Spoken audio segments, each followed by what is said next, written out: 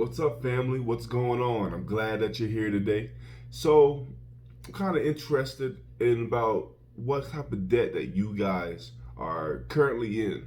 So, me and my wife, when we were first together, we had a lot of different types of debt that we shared together, whether it was different vehicles, you know, we're looking at credit card debt, school loans, school debt, stuff like that. So we were in a spot where we were constantly trying to pay these off so we can have some more cash flow freed up in our lives. So I'm kind of interested to see what you guys were doing, or where you guys were at, I should say. See, for us, we did that and we wanted a way out, but we were taking forever trying to pay these off one by one. So we found out another solution that actually helped us in the long term. And that solution was to simply buy a house. So, one thing was we were really honestly tired of paying rent, you know. We wanted to get to a point where the stuff that we were paying would add value to us later. Rent, when you once you pay rent, that money goes out the window and you just definitely never see it again. So we really got into house shopping. Now, our idea when we first started house shopping was this was our starter home. This was not our forever home. So we wanted to make sure that we wanted to be happy with the house, obviously. We moved around from apartment to apartment, but we definitely wanted to be happy with the house. We wanted to be happy where we were living. You know, like I said before, and like you always hear me say, you got to have a quality of life now as well as while you're preparing for your future. I truly believe that. So we made sure that we definitely liked the house, but we weren't making sure everything was checked 100%, knock it out the ballpark. So we started house shopping, and what we started gravitating towards was short sales. So short sales is basically when a homeowner has, they accept offers and they sell their house for less than the amount of debt that they owe on the house. So the homeowner actually doesn't get the net proceeds of the property, the lender does. For us, we thought that was a good deal for us to really build value, especially in a starter home. Let me put some numbers to it. For example, I mean, you can have a home that's worth $150,000, right? And you buy the home for $100,000. What that means is you get that home for $100,000. Your value of your home doesn't drop to $100,000. That's just the price that you got it at. So when you get that home and you live there for a while, your value is here, and what you bought it for is here. That gap when you resell the house is what you'll make, right? So that's what happened in our situation. We ended up living there for 3 or 4 years before turning around and selling that property. One of the things that we looked for while looking for this home is we were happy that we found a home on short sale.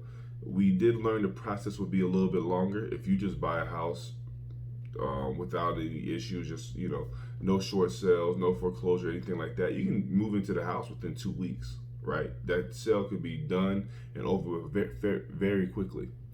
For a short sale, you got to go through the lenders, the banks got to approve the amount of the sale and stuff like that because they're the ones receiving the money, or the lender, I should say. So we had to go through that whole process, but we started early. So even though it took 3 months for our process to go through, we started early, so we were in a good spot. Make sure if you're looking at doing something like that, even though you plan on maybe your lease ends in July, don't start looking in June for a new place to live. Start early. Get your feet in there early so you have all your options open, whether you're looking at a short sale, foreclosure, buying a house straight up, or whatever the case may be.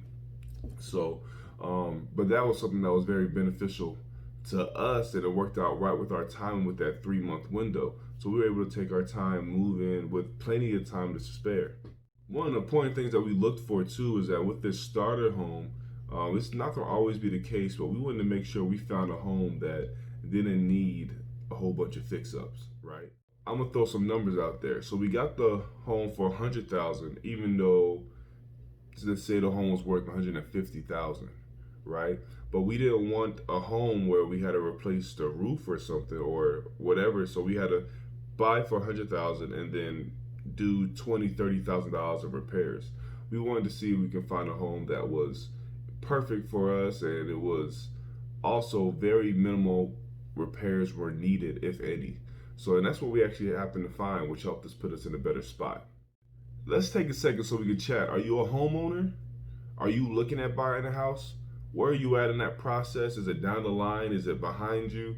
Are you already have built equity in the house and you're looking to sell? Comment down below for me. Let's have a conversation about that. All right. So we were tired of apartments paying rent. We wanted a home. We found a home that was short sale, took our time, moved in, and then we ended up living there 3, 4 years. And then after how the story goes, we move in, husband and wife, and then we have a baby. Well, it's time to grow a little bit. First house was 3 bedroom, 2 bath, so we decided to grow a little bit to have more space for a family to grow inside of. So we end up looking to sell the house. Now, when we're doing this, we have the equity that we built. So remember, when you buy a house instead of renting, when you rent, your money goes out the window. When you buy the house, you actually get to recoup some of that money back. So when we're selling the house, when we're prepared now, we're selling the house, we get to get that net from what the house is actually worth to what we bought it at. So let's say 150 to 100. So we have 50K there. We lived there for 4 years. So whatever we paid off, or a good percentage of what we paid off there, we actually get that money back, essentially, because we're not going to take that off the price of the house. If we paid, just make them a number, $20,000 in those 4 years, if we pay that much off, we don't take $20,000 off the house price. We keep that, so we kind of get to recuperate that as well, which is another good deal when you're looking to sell the house. Hey, just wanted to take a second to see if you're getting some knowledge from this video. If you're gaining anything helpful, help me out. It does wonders for the channel. Go ahead and hit the like button, tap to subscribe, leave a quick comment, and to help get this message out to other people. So we went and we were selling at a time, we were ready for the family. We were selling at a time where it really was a buyer's market and stuff wasn't staying on that market that long. So, we put our house on the market. We worked with somebody, we worked with a real estate agent. We put our house on the market, and in the first day we had 6 people look at the house, 3 offers within the first 2 days, and we were ready to start rolling. We were already looking at another house or more houses prior to that, and we were ready to move. So when we actually moved out, got another house before selling the old house, they actually pretty much lined up at the same time. We wanted to make sure that happened. But when that house sold, the equity that we built up was, life-changing for us. So that's essentially how we got out of debt, because with that large lump sum, we were very smart with the money. Some people blew it on a vacation to, Hawaii, Jamaica, or Las Vegas and go gamble or whatever, and whatever it is, Italy, all fun things. Maybe something gambling and losing your money, but all fun things. But when you come back and that vacation is over, you're still in the same spot. So we really made a power play for our future, and we ended up applying it. We had 2 car payments paid off, done. No more car payments. That was behind us. We had 2 credit card payments, right? 2 credit cards that we were behind on, and it was hard to catch up on, but guess what? Paid off, done. Some of that credit card still has stuff from the wedding. The wedding is behind us now, done. No more of that. And then we also both of us had school loans. Well, school loans paid off, done. So no more cars, no more credit cards, no more school loans, which frees up the money that you have monthly to live a better life or to do other things in your life, such as start investing, right? So really to help us prepare for our future. There was multiple powerful benefits to making that move, and we are so grateful that we did that now. It wasn't the funnest, it wasn't the sexiest, right? It'll be a lot cooler to go take one of these cool vacations, post pictures online of us in Hawaii on the beach or whatever the case may be. But it wasn't the sexiest move, but it was the best move we made because now we have a better quality of life now. You know, able to do family trips now that we probably wouldn't have done before, while also preparing for the future. Money freed up, and we feel like we really are in control of our finances now. You know what I mean? It doesn't feel like money comes in and goes out, being forced to. We choose to. Before, if you had money coming in, you're like, all right, I got to pay mortgage, I got to pay utilities.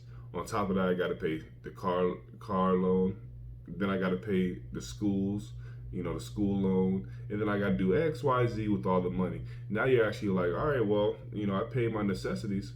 What are we gonna do now? Well, maybe let's do something for the baby. Hey, let's do this family trip. Let's put this towards investing. You split up your money and how you do that. The quality of life is just better. It's hard to explain. You know it's better on the other side once you get through that, but it's hard to explain what that actual feeling is, right? I mean, the point that I keep hitting is once you get your debt paid off, it opens you up to do a lot more financially. So now we're getting our son prepared for college now that we're putting money into every month. Started investing, so now we're looking at retirement that we can do, or just a better quality life later, especially looking at dividend investing and the benefits and of drip investing and stuff like that. And one of the biggest things, we're no longer playing catch up to the life that we had already lived. Some of that credit card debt was the wedding. Well, we were still paying for the wedding years, after the wedding. Well, no longer paying catch up trying to pay the wedding off. We bought that car a few years ago. Both the cars we bought a few years ago. No more playing catch up for something that we already have. That was another big beauty of this. And now I'm grateful because guess what? I get to share this experience with you and hopefully help somebody else out. There's a lot of ways to get out of debt. There's more than just one way. But this was one way that we did. I just wanted to share that with you.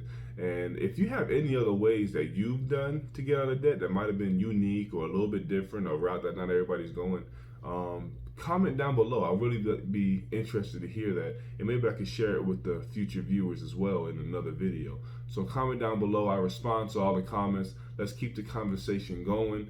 I want y'all to take care, and remember, focus pays dividends. All right.